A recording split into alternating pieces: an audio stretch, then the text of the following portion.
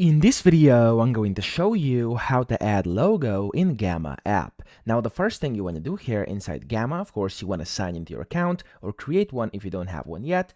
And then you want to go on the left-hand panel over here and go to themes. Now click on it. And then from here, you want to either import a theme or create a new theme. So if you have a theme already on your computer, you can just import that over here. Or if not, you could go ahead and actually build one. So if I go here and click on build a theme, I'll be able to go ahead and select the colors. I'm just going to click on something random over here, continue. You'll be able to select fonts. There we go, continue.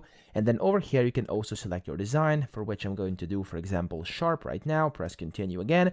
And then there we go. We've come to a point where you can basically add your logo. So here it says you can add a logo if you want to. You can click on here, find it on your computer. So there we go. Let me find my logo. It's here. Okay. I'm going to click on open. Okay. And then you can click on continue again. And then you can give your theme a name. I'm going to name it tutorial right now. Click on finish. And as you can see here, I now have my own custom theme with my logo in here, and you can go ahead and customize it. And as you can see, my logo is actually in here. So that's how to do it. That's how to add a logo. I hope this video helped you out. If it did, please subscribe to the channel and help me out as well.